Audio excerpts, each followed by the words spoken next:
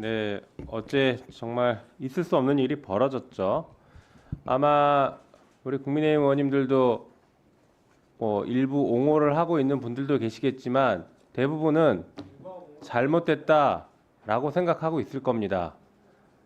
자, 이게 그런데 주의 깊게 봐야 됩니다. 어제 그 폭동 행위에 대해서는 잘못됐다 질타하고 반대하겠지만 폭동을 저지른 사람들이 주장하는 것을 정당화하는 것, 그것이 문제입니다. 그것이 제2의 폭동, 제3의 폭동을 다시 유발시킬 수 있고 조정할 수 있는 겁니다. 그 폭도들이 뭐라고 합니까? 영장무효를 주장하고 있죠. 영장 잘못됐다, 불법이라고 하고 불법 체포, 불법 구금을 주장하고 있습니다. 국민의힘이 같은 주장을 반복하면 제2의 폭동, 제3의 폭동을 다시 일으킬 수 있다라는 것을 분명하게 지적하고 시작하겠습니다. 자, 준비된 화면 좀 보시죠. 자, 서울 서부지방법원 폭동 사태에 대해서 친윤 깡패들의 역겨운 폭력, 제가 한 말이 아닙니다. 다음 보여주시죠. 예, 외신 기자가 한 말입니다. 외신 기자가 뭐라고 하냐면 친윤 깡패들의 역겨운 폭력이라고 규정했고 그 원인에 대해서는 선동했기에 가능한 일이다 이렇게 얘기를 했습니다. 제 얘기가 아닙니다. 이게 한겨레에 보도됐던 얘기예요. 외국에서도 이렇게 보고 있습니다. 이 사태를. 다음 보여주시죠. 화면 한번 볼까요? 머리에 뭐 쓰고 있는 거 보이십니까? 네, 하얀색. 시작한 건 이 하얀 모자 쓰신 거 발부 보십시오. 소식이 전해진 남한 곳까지 올라가는 사람들, 판사들의 개인 집무실에 있는 7층까지 네, 들이닥치는 프레시 장면을 비치는 JTBC가 모습들. 단독으로 포착했습니다. 서버와 연결돼 있는 랜선 수십 개는 모두 뽑혔습니다. 자, 얘기를 잘 들어보시죠 이제. 점거해. 자, 방금 보여드린 화면들을 종합해 볼까요? 오늘 오전에 그 법원 행정처장님도 준비하고 들어온 것 같다, 알고 들어온 것 같다라는 취지로 말씀을 하셨습니다. 거기에 대해서 지금 보여지는 장면들이 충분히 그럴 수 있다라는 것을 반증하는 겁니다. 하얀색 모자를 쓰고 있던 분들 누굽니까? 누군지 아직 저도 모르겠습니다. 하지만 누구인지 추정은 되죠. 이 국회에까지 와서 출범식을 했던 백골단, 그 백골단처럼 보입니다. 아닐 수도 있어요. 하지만 제 눈엔 백골단처럼 보입니다.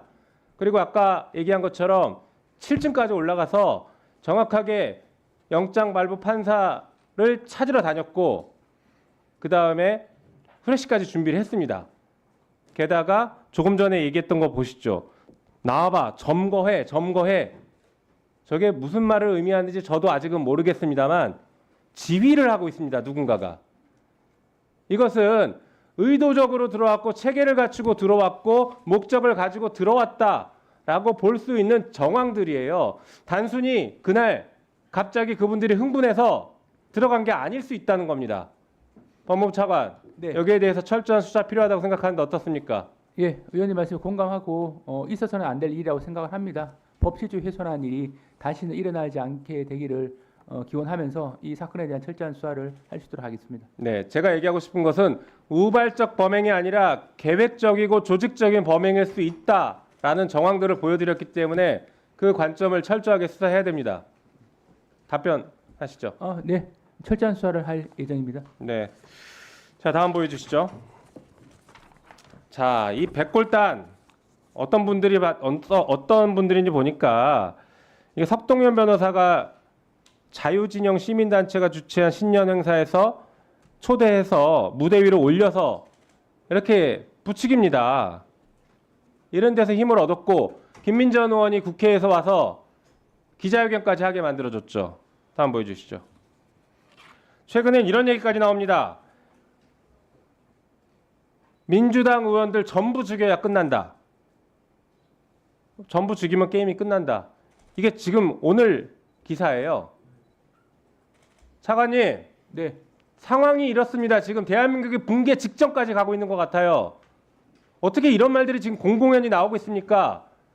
법원을 오로지 윤석열 하나 때문에 법원을 침탈하더니 폭동을 일으키더니 물론 윤석열이 처음에 개헌군을 국회에 침투시켰죠. 그 내란을 벌이더니 그 내란의 잔불들이 지금 점점 커져서 법원을 침탈하고 이제는 민주당 의원들 다 죽이겠답니다. 이거 이렇게 가만둬야 됩니까? 말씀해 보십시오. 네, 법치주의 수호를 위해서 최선의 노력을 다하도록 하겠습니다. 다음 보여주시죠. 이 사람들 왜 이럴까요? 보니까 이거 뭐 만평이긴 한데 경찰도 체포될 수 있다. 윤곽근 변호사가 이런 얘기를 했죠. 경찰 체포하라는 겁니다. 영장 집행하러 오는 사람들을 오히려 현행범으로 체포해라. 이런 얘기를 합니다. 윤곽근이. 그리고 애국 시민이 막아주길 바란다. 석동현 변호사 이런 얘기 했어요. 길에서 차를 막아줬으면 좋겠다. 그리고 법이 무너졌다. 윤석열이 얘기한 것이죠. 끝까지 싸우겠다. 이거 아시죠? 지지자들한테 보낸 편지. 이 편지 보면 이렇게 나오지 않습니까? 여러분들과 함께 끝까지 싸우겠습니다. 이게 대통령이 지금 이렇게 선동을 하고 있습니다. 애국 시민께 또 감사한다. 곧 석방 될 것이다. 윤상현 이런 얘기했습니다. 그리고 나서 또 무슨 얘기했습니까? 벌금 내가 대신 내주겠다. 그건 석동현 변호사가 한 것이죠. 벌금 대신 내주겠다. 이런 얘기까지 나옵니다. 그러니까 이 폭동을 일으켰던 사람들이 폭동을 일으켜도 되는구나. 이렇게 생각을 한 거예요. 물론 그중에 저는 상당수는 아까 말씀드린 것처럼 조직적으로 처음부터 들어왔을 것이다. 그리고 그들은 이런 사람들의 비호를 받을 가능성이 높다라고 봅니다. 그 부분이 이 사건, 이번 폭동 사건 수사의 핵심이에요. 그냥 단순히 잡혀있는 사람 수사하는 게 끝이 아닙니다. 이게 핵심입니다. 다음 보여주시죠. 폭동 선동을 한 사례들이 이렇게 많습니다. 여기 진짜 나열하기 힘들죠. 이 앞에 계신 우리 다른 의원님들도 계시고 이렇게 많은 일들이 벌어지고 있어요. 이거 이렇게 가만둬야 됩니까? 새로운 내란을 지금 조장하고 있어요. 다음 보여주시죠. 저항권 계속 얘기하더니 이게 실제 이렇습니다. 윤상현 의원님 오동훈 죽일 놈의 제스처장 차량 막았어 이렇게 얘기하면서 지지자들은 이제 저항권을 행사할 거라 합니다. 이 얘기가 왜 나옵니까 갑자기? 국민의힘에서 계속 저항권이다라고 얘기하고 있으니까 마치 폭동이 정당화되는 것처럼 이렇게 이끌고 왔던 거 아닙니까? 국민의힘이 여기에 대해서 폭동이라고 규정 못하고 제대로 비판 못하는 것이 공동 책임을 져야 될 우려가 있으니까 그런 것 같습니다. 여기에 대해 철저하게 수사하십시오. 네, 헌법상 의사표현의 자유는 있습니다만 그에 따른 또 한계도 엄연히 존재합니다. 그래서 이제 서부지검 사건을 수사하는 과정에 그 배경이나 경위 등을 확인하다 보면 이 헌법상 보호되는 의사표현의 자유의 영역과 그러지 않은 영역에 대한 기준이 나름대로 규명될 수 있으리라고 생각을 합니다. 서부지방법원이 침탈을 당했는데 앞으로 이제 기소가 되고 재판을 하게 되면 서울중앙지법 그리고 서울지검 이런 데 있잖아요. 저는 무차별적으로 가리지 않고 다 공격할 거라고 봅니다. 특히 헌법재판소 그리고 경찰청 이런 데 저는 다 습격할 것 같아요. 지금 상태로 보면. 그래서 지금 체포된 사람들 있잖아요. 적용할 수 있는 범죄는 다 적용해서 법정 최고 형량으로 저는 구형하고 엄벌에 쳐야 된다고 봅니다. 저는 앞으로 두고 보세요. 선관 이런 데 공격 안 할 것 같습니까?